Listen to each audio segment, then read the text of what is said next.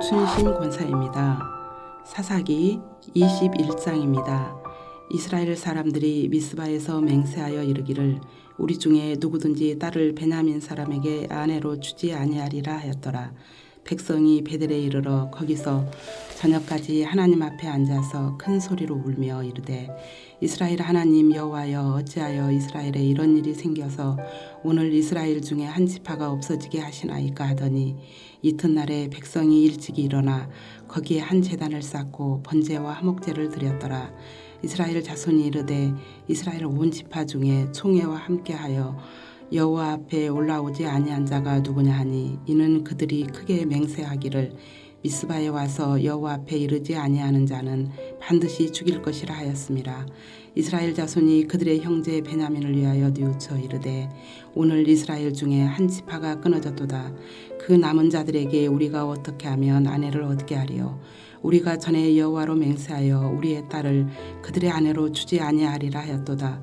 또 이르되 이스라엘 지파 중 미스바에 올라와서 여호와께 이르지 아니한 자가 누구냐 하고 본즉 야베스 길르앗에서는 한 사람도 진영에 이르러 총회에 참여하지 아니하였으니 백성을 계수할 때에 야베스 길르앗 주민이 하나도 거기 없음을 보았습니다. 회중이 큰 용사 12,000명을 그리로 보내며 그들에게 명령하여 이르되 가서 야베스 길르앗 주민과 부녀와 어린 아이를 칼날로 치라. 너희가 행할 일은 모든 남자 및 남자와 잔 여자를 진멸하여 바칠 것이니라 하였더라. 그들이 야베스 길르앗 주민 중에서 젊은 처녀 400명을 얻었으니 이는 아직 남자와 동침한 일이 없어 남자를 알지 못하는 자라. 그들을 실로 진영으로 데려오니 이곳은 가나안 땅이더라. 온 회중이 림몬 바위에 있는 베냐민 자손에게 사람을 보내어 평화를 공포하게 하였더니 그때에 베냐민이 돌아온지라. 이에 이스라엘 사람이 야베스 길르앗 여자들 중에서 살려둔 여자들을 그들에게 주었으나 아직도 부족하므로 백성들이 베냐민을 위하여 뉘우쳤으니 이는 여호와께서 이스라엘 지파들 중에 한 지파가 빠지게 하셨음이었더라. 회중의 장로들이 이르되 베냐민의 여인이 다 멸절되었으니 이제 그 남은 자들에게 어떻게 하여야 아내를 얻게 할까 하고 또 이르되 베냐민 중 도망하여 살아남은 자에게 마땅히 기업이 있어야 하리니 그리하면 이스라엘 중에 한 지파가 사라짐이 없으리라. 그러나 우리가 우리의 딸을 그들의 아내로 주지 못하리니 이는 이스라엘 자손이 맹세하여 이르기를 딸을 베냐민에게 아내로 주는 자는 저주를 받으리라 하였음이로다 하니라. 또 이르되 베델 북쪽 르보나 남쪽 베델에서 세겜으로 올라가는 큰 길 동쪽 실로에 매년 여호와의 명절이 있도다 하고 베냐민 자손에게 명령하여 이르되 가서 포도원에 숨어 보다가 실로의 여자들이 춤을 추러 나오거든 너희는 포도원에서 나와서 실로의 딸 중에서 각각 하나를 붙들어 가지고 자기의 아내로 삼아 베냐민 땅으로 돌아가라. 만일 그의 아버지나 형제가 와서 우리에게 시비하면 우리가 그에게 말하기를 청하건대 너희는 우리에게 은혜를 베풀어 그들을 우리에게 줄지니라. 이는 우리가 전쟁할 때에 각 사람을 위하여 그의 아내를 얻어주지 못하였고 너희가 자의로 그들에게 준 것이 아니니 너희에게 죄가 없을 것임이니라 하겠노라 하며 베냐민 자손이 그같이 행하여 춤추는 여자들 중에서 자기들의 숫자대로 붙들어 아내로 삼아 자기 기업에 돌아가게 성읍들을 건축하고 거기에 거주하였더라. 그때에 이스라엘 자손이 그곳에서 각기 자기의 지파 자기의 가족에게로 돌아갔으니 곧 각기 그곳에서 나와서 자기의 기업으로 돌아갔더라. 그때에 이스라엘의 왕이 없으므로 사람이 각기 자기의 소견에 옳은 대로 행하였더라. 하늘에 계신 우리 아버지여, 이름이 거룩히 여김을 받으시오며 나라가 임하옵시며 뜻이 하늘에서 이룬 것 같이 땅에서도 이루어지이다. 오늘날 우리에게 일용할 양식을 주옵시고 우리가 우리에게 죄 지은 자를 사하여 준 것 같이 우리 죄를 사하여 주옵시고 우리를 시험에 들게 하지 마옵시고 다만 악에서 구하옵소서. 대개 나라와 권세와 영광이 아버지께 영원히 싸움나이다. 아멘.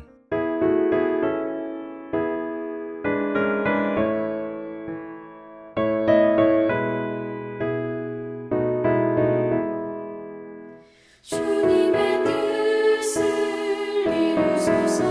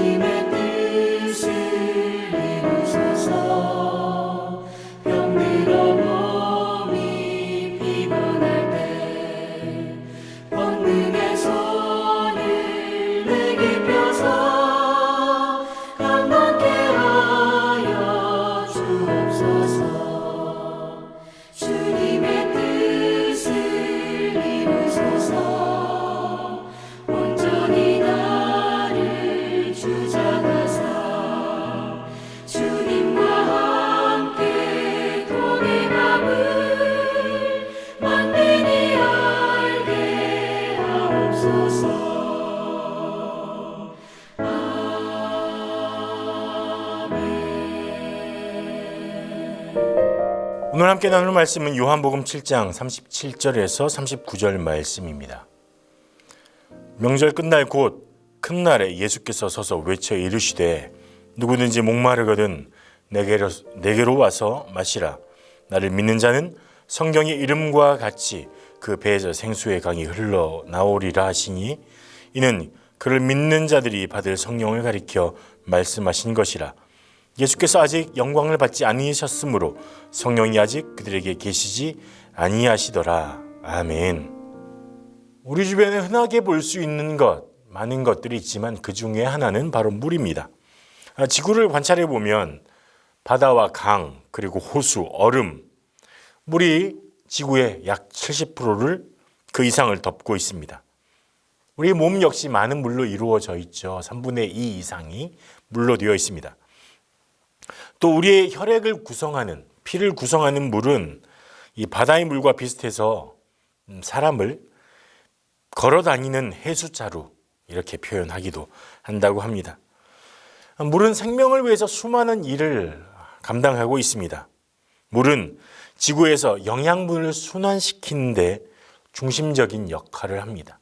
그래서 우리가 물을 주면 물을 통해서 식물이 자라나는 것처럼, 화분에 물을 주는 것처럼 이렇게 영양분들이 순환하는 일들을 감당하죠. 또 물은 인간을 포함한 모든 생물의 세포를 화학적으로 반응하도록 하는 그런 중요한 매개체 중에 하나입니다. 그래서 만약 우리 몸에 2% 정도의 물만 부족해도 갈증을 느끼게 되고 집중력이 떨어진다고 합니다. 이 5% 이상의 물을 잃으면 피로를 느끼고 두통이 일어납니다. 그리고 10%에서 15%가 손실되면 근육 경련이 일어나고 정신 착란이 온다고 합니다. 그리고 이 이상이 되면 탈수가 되어 죽음에 이른다고 하죠. 그러니까 물이 우리의 몸에도 우리의 정신세계에도 미치는 영향이 지대합니다. 물은 여러 가지 효능들이 있지만 개별 질병을 억제하는 것보다는 이 목에서 입에서 목으로 또 식도로 위로 소장으로 대장으로 거쳐서 이 몸에 흡수되는 이 과정을 통해서 우리 몸 안에 있는 장기들을 원활하게 해주고 장기들이 잘 움직일 수 있도록 도와줍니다. 또 온몸을 돌아다니면서 신진대사 핵심적인 역할을 하죠. 그런데 요즘 많은 사람들이 이 몸에 물이 부족한 그런 상태로 살아간다고 합니다. 왜냐하면 중요한 원인 중에 하나가 물을 많이 마시지 않는 것. 이렇게 생각할 수 있습니다. 난 물 많이 마시는데 아니요, 물 말고 커피나 다른 음료를 많이 드시는 겁니다. 커피나 홍차, 녹차 같은 경우에는 이 이뇨작용을 합니다. 그래서 많이 마실수록 수분의 체내에 있는 수분을 빼내는 역효과를 냅니다. 카페인이 이뇨작용을 해서 수분이 계속해서 배출되게 되죠. 보통 커피는 마셨을 때 그 커피 양의 2배 정도의 또 1.5배 정도의 수분을 빼낸다고 합니다. 또 주스나 탄산음료 같은 당이 들어간 음료도 탈수를 유발합니다. 그래서 우리가 커피 많이 마시고 음료 많이 마셨다고 물을 마신 게 아니라 오히려 물을 몸에서 더 빼내는 상황이었다. 그래서 커피 한 잔 드시면 물은 2잔 드셔야 되는 거죠. 이렇게 물에 대해서 이렇게 얘기를 하는 이유는 오늘 말씀이 물에 대한 이야기가 나오기 때문입니다. 명절 끝날에 예수님께서 외치셨습니다. 이 외친다는 말은 큰 소리로 이야기하는 걸 얘기합니다. 예수님께서 큰 소리로 외치셨습니다. 명절 마지막 날에. 이 명절, 이 절기는 바로 초막절입니다. 이 초막절은 물과 관련이 있는 절기입니다. 초막절은 출애굽 당시에 광야에서 이스라엘 백성이 광야의 천막을 지은 그 생활을 기념하는 절기, 명절입니다. 그리고 시기적으로는 10월 정도입니다. 초막절은 40년간 광야 체류하는 동안에 이 기간 동안 하나님께서 이스라엘 백성에게 내리셨던 하나님의 축복을 기념합니다. 왜냐하면 이 절기를 통해서 하나님이 이 바위에서 물을 내신 사건, 그리고 초막에서 살 때 하나님이 주셨던 생존의 은혜, 그것을 기억하는 거죠. 그래서 이걸 기억하고 기념하기 위해서 물깃기 행사를 이 절기 때마다 하게 됩니다. 이스라엘 백성이 목말라 죽을 위험에 처했을 때 모세가 반석을 3개 쳐가지고 그 반석에 물이 나오는 것을 기억하고 상기하는 역할을 하기 위해서 물을 갖다가 부었습니다. 어디다 붓느냐? 바로 이 제단 위에 붓습니다. 초막 절기 동안에 사람들을 대제사장이 인도해서 가는데 매일 실로암 연못으로 물을 뜨러 갑니다. 그래서 이 물을 떠서 어디로 가져오느냐? 하나님의 전으로 가져옵니다. 그리고 가져와서 포도주와 함께 부어 드렸습니다.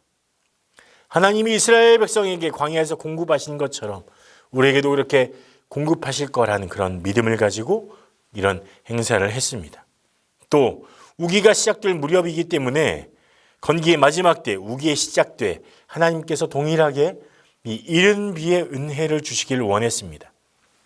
그리고 이렇게 합니다. 이사야 12장 3절 말씀, 너희가 기쁨으로 구원의 우물들에서 물을 기르리로다. 이 말씀을 낭송하며 물을 깃고 또 붓는 행위를 기념식을 했습니다. 이것은 물이 상징되는 미래의 구원과 회복의 모습이기도 하죠. 이런 배경 하에서 예수님이 오늘 외치고 계시는 거죠. 물의 절기, 물을 붓는 행위가 한창인 절기, 그 가운데 예수님이 외치십니다. 초막절 제7일에 제사장들이 실로암 못에서 7번 물을 길어서 제단에 붓고 있습니다. 그리고 막 마지막으로 말씀을 선포하려는 순간에 예수님 갑자기 천둥 같은 음성으로 외치시는 거죠. 명절 끝날 곧 큰 날에 예수께서 서서 외쳐 이르시되 누구든지 목마르거든 내게로 와서 마시라. 나를 믿는 자는 성령의 이름과 같이 그 배에서 생수의 강이 흘러나오리라 하시니. 우리에게 이 예수님의 외침이 좀 생뚱맞아 보이지만 무슨 얘기하실 수 있지만 초막절 절기를 물을 길어다가 붓고 있는 과정을 이미 지나오는 이스라엘 백성에게는 이것이 딱 이해되는 말씀입니다. 초막절 동안 물을 부어서 하나님 우리의 갈증을 해소해 주기를 소망하는 그런 명절을 보내고 있는 사이에 이 종교적인 행위로는 이들의 영적인 갈급함이, 영적인 메마름이 해결되지 않는 이 상황에 예수님이 말씀하시는 거죠. 그 행위가 아니라 바로 나로 말미암아 영원히 목마르지 아니하리라. 누구든지 목마르거든 내게로 와서 마시라 말씀하시는 겁니다. 모세를 통해서 이스라엘 백성의 갈급함과 갈증을 해결하신 하나님께서 이제는 나를 통해서 너의 영적인 메마름을 해결하겠다라고 예수님 통해 말씀하시는 거죠. 그리고 나를 믿는 자는 그 배에서 생수의 강이 흘러날 것이다. 다른 곳 찾아갈 필요 없이 성령을 통해서 너희가 나를 믿음으로 나에게 나아오는 자는 영원한 목마름의 해결을 받게 될 것이다 말하고 있는 것입니다. 이사야 58장 11절에 말하죠. 여호와가 너를 항상 인도하여 메마른 곳에서 내 영혼을 만족하게 하며 내 뼈를 견고하게 하리니 너는 물된 동산 같겠고 물이 끊어지지 아니하는 샘 같을 것이라. 이렇게 이사야서에 말씀하신 것처럼 예수님을 통해서 성령을 통해서 그 배에 성령을 부으셔서 샘이 솟아나는 것처럼 생수의 강이 영원한 만족이, 영원한 갈급함의 해결이 있을 것이라고 말하는 것입니다. 예수님이 여기서 말한 배는 이게 물에 떠다니는 배가 아닙니다. 3가지 정도의 의미로 이 단어가 쓰이는데 첫 번째는 이 복부를 나타내는 표현으로 쓰입니다. 그래서 음식을 소화시키는 위장 이런 것들을 가리키죠. 두 번째는 여성의 자궁을 뜻합니다. 그리고 세 번째는 숨겨진 것, 양심, 마음 이런 것들을 가리킵니다. 예수님이 말씀하신 이 배, 여기 위장은 아니죠. 바로 우리의 내면, 우리의 영혼에 대한 문제를 얘기하시는 거죠. 예수님은 성령을 통해서 우리의 영혼의 갈급함을 해결해 주시겠다고 말씀하십니다. 여기서 놓쳐서는 안 되는 게 있습니다. 그건 바로 내게로 와서이라는 것이죠. 우리는 우리 문제의 해결을 위해서, 갈증 해결을 위해서 다양한 방법을 찾아다닙니다. 이스라엘 백성이 제단이 물의 부음을 통해서 자기의 갈증을 해결하려고 했던 것처럼 우리 또한 다른 방법들로 우리의 갈증, 우리의 문제들을 해결하려고 하죠. 하지만 이 모든 문제를 해결하실 수 있는 분은 바로 예수님이십니다. 모든 갈증을 해결하실 수 있는 분이 바로 예수님이십니다. 예수님께 나아가는 게 필요합니다. 먼저 주님께 나아가는 것, 내게로 와서라고 말씀하신 것처럼 우리가 주님께 가서 우리의 갈급함을 아뢰고 우리의 배에서 영원히 생수가 흘러나오게 하실 주님을 기대하는 것이죠. 여러분, 오늘 어떤 목마름을 가지고 계십니까? 영적인 목마름, 관계의 목마름, 재정적인 목마름, 또 질병으로 인한 목마름들이 있을 것입니다. 이 모든 것들을 주님께 가지고 나아가셨으면 좋겠습니다. 이어령 박사가 자신을 이렇게 표현합니다. 평생 우물을 파는 사람이라고요. 이어령 박사의 간증한 책을 보면 자기는 계속해서 갈증이 있었다고 합니다. 자기 안에 있었던 평생의 목마름에 대해서 이렇게 이야기하는데, 명예를 달라고 글을 썼더니 명예가 생겼고, 돈을 벌려고 애를 쓰니까 돈이 벌렸다. 돈이 생겼다. 또 병 때문에 병원에 다니니까 병이 나았다. 어느 날 너무나 외로워서 극장에 가서 영화를 보고 또 좋아하는 글을 봐도 채워지지 않는 혼자라는 절대 고독에 괴로웠다. 그런데 어느 순간 그 갈증이 진리에 대한 갈증이요, 창조주에 대한 목마름이었음을 깨닫게 되었다. 수없이 우물을 파며 광야를 통과한 후에야 영원히 목마르지 않을 샘물인 예수님을 이 이어령 박사는 만나게 됐습니다. 부귀와 영화와 모든 것들이 다 채워져도 채워지지 않는 이 목마름, 영혼의 갈증. 이어령 박사는 그날 이후에 예수님과 대화를 시도했고 시작했습니다. 그리고 예수님을 통해서 영원한 생명의 물, 생명수를 얻게 됐습니다. 순간적으로 물 한 잔이 우리의 갈증을 해소할 수 있지만 우리의 영혼의 갈증, 영혼의 메마름은, 목마름은 예수님만이 해결할 수 있습니다. 우리가 그 목마름을 해결하기 위해서 먼저 해야 되는 것, 주님께 나아가는 것입니다. 오늘 주님께 나아오신 여러분들이 누구든지 목마르거든 내게로 와서 마시라는 주의 말씀을 믿고 주님께 나아가서 목마름을 해결하고 주님을 의지하는 여러분 되시기를 축복합니다. 기도하겠습니다. 하나님, 다른 것으로 갈증을 해결하지 않길 원합니다. 다른 것 의지하지 않고 오직 예수 그리스도께서 주시는 생수로, 성령으로 우리 안에 있는 모든 갈증들을 해결하여 주시옵소서. 주님께서 우리의 삶을 만져주시고 우리의 배에서 성령께서 영원한 생명수가 흘러갈 수 있도록 오직 주님으로 만족할 수 있도록 도와주시옵소서. 예수님 이름으로 기도합니다. 아멘.